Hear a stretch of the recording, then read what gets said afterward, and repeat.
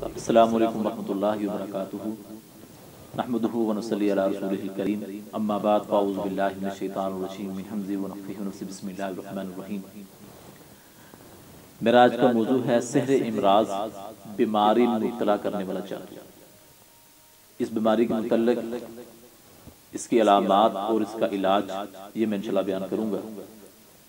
ایسا شخص جس کے اوپر جادو کیا جائے تاکہ وہ بیمار رہے، اس کی علامات یہ ہیں: پورے جسم کا بے حرکت ہو جانا، مسلسل بیمار رہنا، دوائی کھانے سے فرق نہ پڑنا، یا اپنا وہ میڈیکل میں جا کر کوئی ٹیسٹ وغیرہ کرواتا ہے تو وہ رپورٹیں ٹھیک آتی ہیں، ٹھیک ہے، بعض دفعہ رپورٹوں میں فرق پڑتا ہے لیکن دوائی اثر نہیں کرتی، مرگی کا دورہ پڑنا، ہر وقت سوچتے رہنا، جسم کے کسی ایک اعضاء میں درد رہنا، یہ وہ علامات ہیں جس بندے کے اوپر سحر امراض ہوگا، بیماری والا جادو ہوگا۔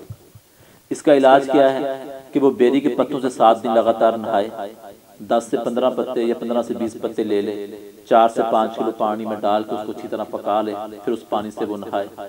سورہ فاتحہ، آیت الکرسی اور فلق ناس، ان چاروں صورتوں کو مسلسل پڑھتا رہے۔